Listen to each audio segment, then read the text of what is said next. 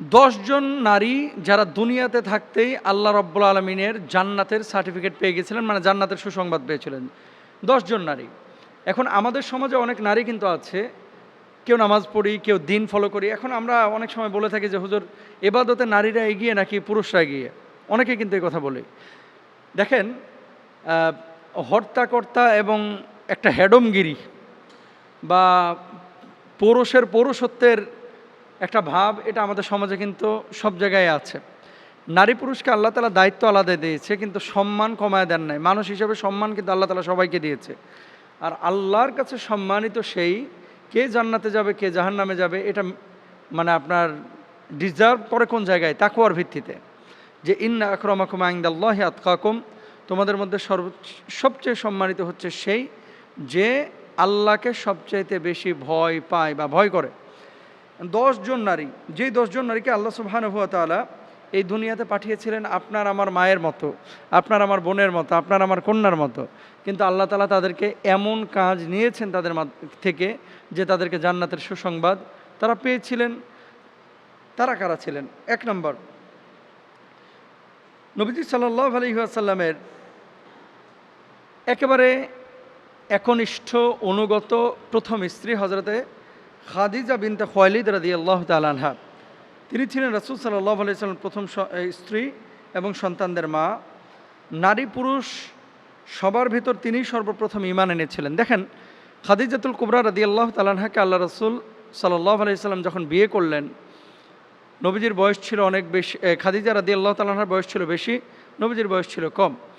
আল্লাহ রাব্বুল আলামিন নিজে সালাম পাঠিয়েছেন হযরতে খাদিজাতুল কুবরা রাদিয়াল্লাহু তাআলা আনহাকে।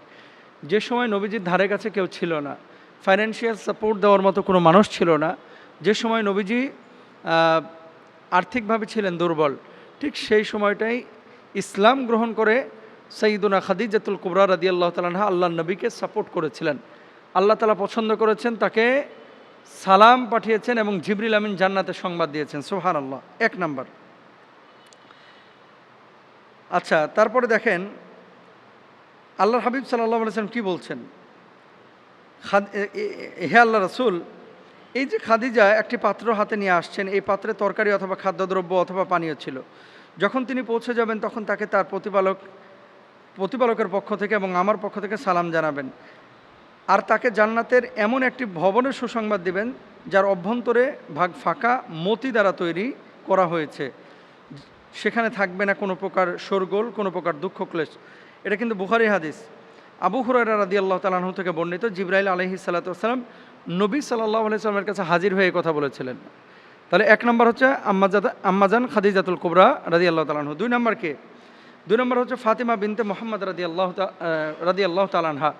রাসূল সাল্লাল্লাহু আলাইহি ওয়াসাল্লামের সবচেয়ে কলিজার টুকরা পছন্দের সাইয়্যিদুনা ফাতিমাতুজ জহরা রাদিয়াল্লাহু তাআলা আনহা, তিনিও জান্নাতে যাবেন এবং তিনি জান্নাতে আল্লাহ সুবহানাহু ওয়া তাআলা উচ্চ তবকা তাকে দান করবেন। নবী সাল্লাল্লাহু আলাইহি ওয়াসাল্লাম ইন্তেকালের আগে তিনি কাঁদছিলেন। নবীজি কানে কানে কী যেন বললেন, তারপরে হাসলেন। মানে সর্বপ্রথম সাক্ষাৎ হবে তোমার সাথে আমার ইন্তেকালের পরে। তখন আম্মাজান ফাতিমা তিনি বুঝেছিলেন যে আমার ইন্তেকাল নবী সাল্লাল্লাহু আলাইহি ওয়াসাল্লামের ইন্তেকালের পরে সর্বপ্রথম হবে। ২ নম্বর গেল। ৩ নম্বর আয়েশা বিনতে আবু বকর রাদিয়াল্লাহু তাআলা আনহু। ৪ নম্বর তাআলা আনহা হাফসা বিনতে ওমর রাদিয়াল্লাহু তাআলা আনহা। তারপরে সুমাইয়া বিনতে খাইয়াত, উম্মে জুফারা রাদিয়াল্লাহু তাআলা আনহা। এরপরে হচ্ছে উম্মে সুলাইম রুমাইসা বিনতে মিলহান রাদিয়াল্লাহু তাআলা আনহা, উম্মে হারাম বিন মিলহান রাদিয়াল্লাহু তাআলা আনহা, ফাতিমা বিনতে আসাদ রাদিয়াল্লাহু তাআলা আনহা। নবীজি সাল্লাল্লাহু আলাইহি ওয়াসাল্লামের সম্মানিত চাচি আলী রাদিয়াল্লাহু তাআলা আনহুর মা ছিলেন হচ্ছে ইনি। ইন্তেকাল করলে রাসূল সাল্লাল্লাহু আলাইহি ওয়াসাল্লাম নিজের কাপড় দিয়ে তার করেছিলেন, কি করেছিলেন? কাফন পরিয়েছিলেন। এরপরে আল্লাহর নবী নিজে জানাজার নামাজ পড়িয়েছেন, নিজের লাশটাকে কবরের মধ্যে নামিয়েছেন। কল্পনা করতে পারেন? এই ফাতিমা বিনতে আসাদ রাদিয়াল্লাহু তাআলা আনহা। এরপরে উম্মে সুলাইম রুমাইসা বিনতে মিলহানের নাম বলেছি। সবশেষ যে সাহাবা উম্মে রোমান বিনতে আমের রাদিয়াল্লাহু তাআলা আনহা, তিনি ছিলেন আয়েশা রাদিয়াল্লাহু তাআলা আনহার সম্মানিত মাতা। ইসলাম কবুল করেছেন পরে, কিন্তু ইসলাম কবুলের সাথে সাথে নিজেকে এমনভাবে আল্লাহর কাছে সঁপে দিয়েছেন, আল্লাহর হাবিব সাল্লাল্লাহু আলাইহি ওয়াসাল্লাম খুশি হয়ে গেছেন, আল্লাহ তাআলা খুশি হয়ে গেছেন এবং তার জন্য জান্নাতের সনদ চলে এসেছে, সুসংবাদ দিয়ে দিয়েছেন। সুবহানাল্লাহ।